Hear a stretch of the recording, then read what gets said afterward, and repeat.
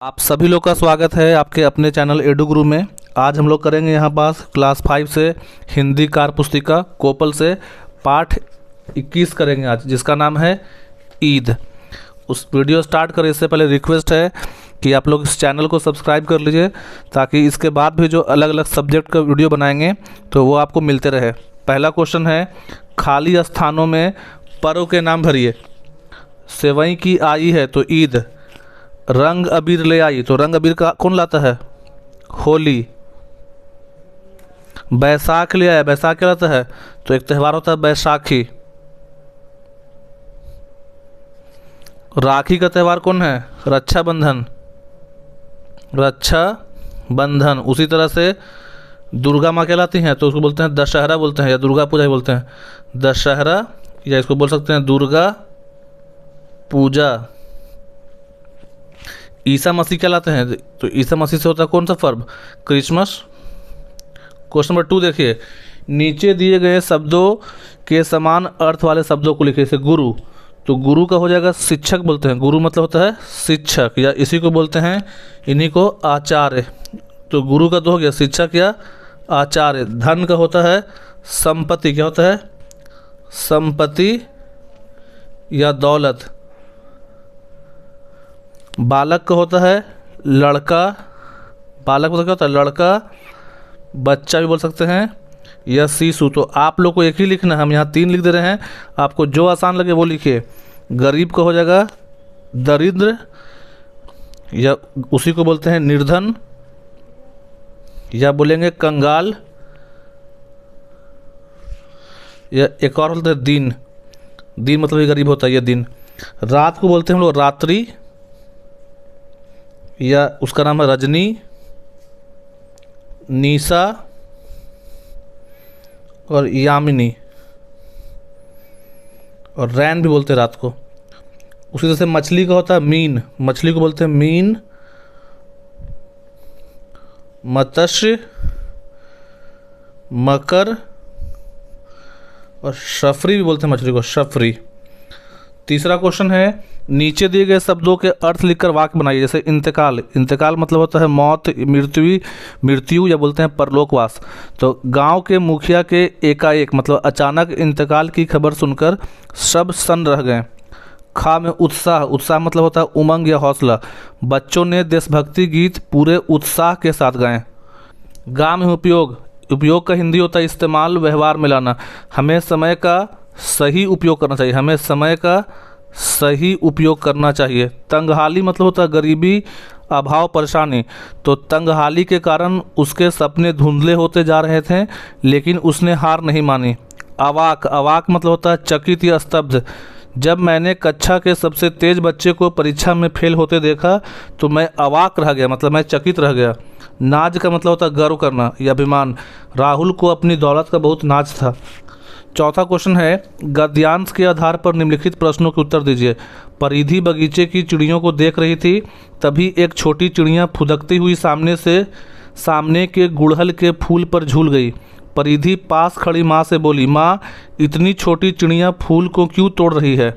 माँ ने परिधि को बताया, यह चिड़िया फूल का रस और फूल में रहने वाले कीड़ों को खाती है, जिससे इसका पेट भर जाता है।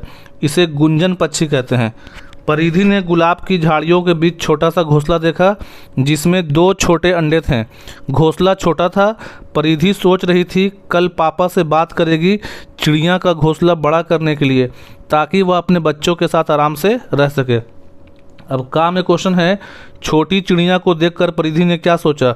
तो परिधि ने गुलाब की झाड़ियों के बीच छोटा सा घोंसला देखा, जिसमें 2 छोटे अंडे थे। तो वो छोटे घोंसले को देखकर सोचती है कि कल पापा से बात करेगी और कहेगी कि जो चिड़िया का घोंसला है उसको बड़ा करने के लिए, ताकि चिड़िया जो है अपने बच्चों के साथ आराम से रह सके। यही परिधि सोच रही थी।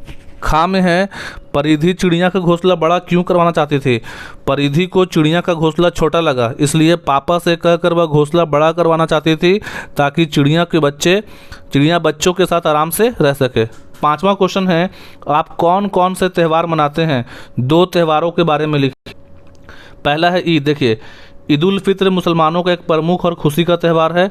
रमज़ान के अंत में, देखिए यह रमज़ान के पवित्र महीने की समाप्त होने का प्रतीक है, जिसमें मुसलमान सुबह से शाम तक रोज़ा रखते हैं। इसका कोई ज़रूरत नहीं है। ईद का त्यौहार आसमान में नए चांद के पहली बार दिखाई देने पर शुरू होता है, जिसे ईद का चांद कहते हैं।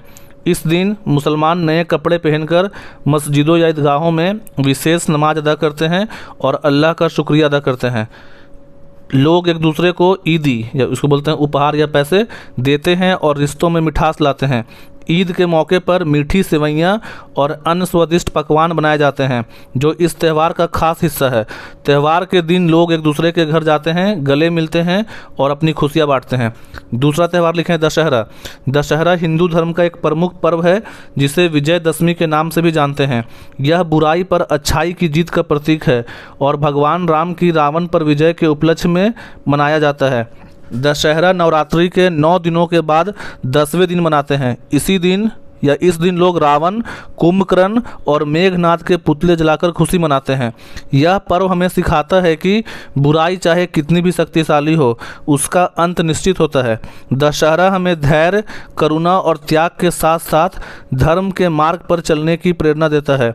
इस दिन लोग नए कपड़े पहनते हैं, परिवार के साथ जश्न मनाते हैं और मिठाइयाँ बांटते हैं। रामलीला का मंचन किया जाता है, जिसमें भगवान राम के जीवन की घटनाओं को दिखाया जाता है। यह त्यौहार लोगों को अपने अंदर के बुरी आदतों और दुर्गुणों को खत्म करने का संदेश देता है। दशहरा सांस्कृतिक और नैतिक मूल्यों का भी महत्वपूर्ण हिस्सा है, जो भारत की समृद्ध विरासत को दर्शाता है। छठा क्वेश्चन है, नीचे दिए गए चित्र से संबंधित 8 वाक्य लिखिए। देखिए यहाँ क्या देख रहे हैं कि बच्चे जो है पटाखे जला रहे हैं, एक यहाँ पे एक महिला है जो दिया जला रही हैं। तो ये दिवाली का त्यौहार है। तो दिवाली को दीपावली या रोशनी का पर्व भी कहते हैं। यह त्यौहार कार्तिक मास की अमावस्या को मनाते हैं। यह बुराई पर अच्छाई की जीत का प्रतीक है। यह त्यौहार भगवान राम के 14 साल के वनवास के बाद रावण को हराकर अयोध्या लौटने के उपलक्ष्य मतलब खुशी में मनाया जाता है। लोग दिवाली से पहले अपने घरों की सफाई करते हैं और उन्हें सजाते हैं। इस दिन घरों में दिए जलाए जाते हैं और रंग बिरंगी रंगोलियां बनाई जाती है। लोग देवी लक्ष्मी की पूजा करते हैं, जो धन और समृद्धि की देवी हैं। त्यौहार के अवसर पर स्वादिष्ट मिठाइयाँ और अन्य व्यंजन बनाए जाते हैं। परिवार और दोस्त एक दूसरे को मिठाइयाँ और उपहार देते हैं। दिवाली उत्सव हमें प्रेम, भाईचारा और खुशियों से भरे भविष्य की प्रेरणा देता है। 7वां क्वेश्चन है, नीचे दिए गए वर्ग पहेली में से त्योहारों के नाम पर घेरा लगाइए और चुन कर नीचे लिखिए। जैसे यहाँ छठ हो गया, क्रिसमस, ओणम, ईद, दिवाली, दशहरा, चौथ मतलब करवा चौथ। फिर यहाँ लिख लेंगे दिवाली, ओणम, जैसे ये ना है यहाँ पास, ओणम, ईद, क्रिसमस, दशहरा, होली और चौथ। बॉक्स में से उपयुक्त सब चुनकर रिक्त स्थानों को भरिए। जैसे नाज, खुशी, इनकार, ढाढ़स, आवाक, आंखें, धुन, कलेजा। असलम ने मोहन को क्या बंधाया? तो असलम ने मोहन को ढाढ़स मतलब हिम्मत बंधाया। असलम के पास इतने रुपये देखकर मोहन अवाक रह गया। अवाक मतलब चकित रह गया, थोड़ा हैरान हो गया। तो 2 बन गया। तीसरा, मोहन ने बहुत डैश किया पर असलम नहीं माना। मोहन ने बहुत इनकार किया पर असलम नहीं माना। उनकी डैश का ठिकाना नहीं रहा। उनकी खुशी का ठिकाना नहीं रहा। असलम को भी अपनी ऐसी अम्मी पर नाज था। क्या हो जाएगा? नाज मतलब गर्व था। उसके बाद हो जाएगा असलम को देखकर मोहन की क्या भराई? तो मोहन की आंखें भराई, आंखें। उसके बाद नए कपड़े खरीदने के लिए रुपये इकट्ठे करने की धुन सवार थी। क्या सवार थी? धुन। और 200 रुपये सुनकर उनका कलेजा धक से रह गया। अगला क्वेश्चन है 9 में सही मिलान कीजिए। जैसे तंगहाली, तो तंगहाली का मतलब होता है रुपये पैसे की कमी, यहाँ पे मिला देंगे। उपयोग का मतलब होता है कोई चीज़ को व्यवहार में लाना, मतलब उसका यूज़ करना, इस्तेमाल करना। अवाक मतलब होता है स्तब्ध या हैरानी से चुप हो जाना। नाज का मतलब होता है अभिमान या गर्व। नाज मतलब अभिमान या गर्व। और उत्साह का मतलब होता है जोश। इंतकाल का मतलब होता है मृत्यु। सदरी बोलते हैं किसको? सदरी मतलब होता है बिना बाह का कुर्ता, बिना बाह का कुर्ता, इसमें मिला देगा देखिए। और नेक बोलते हैं भला को। क्वेश्चन नंबर 10 देखिए, ईद के बारे में कुछ वाक्य लिखिए। पहले भी कर चुके हम लोग, इसको आप पढ़ लेंगे, सेम चीज़ है, इससे पहले भी 2 पेज पहले किए हैं। तो यहाँ पास पाठ 21 जो है हम लोग का ईद कंप्लीट हुआ।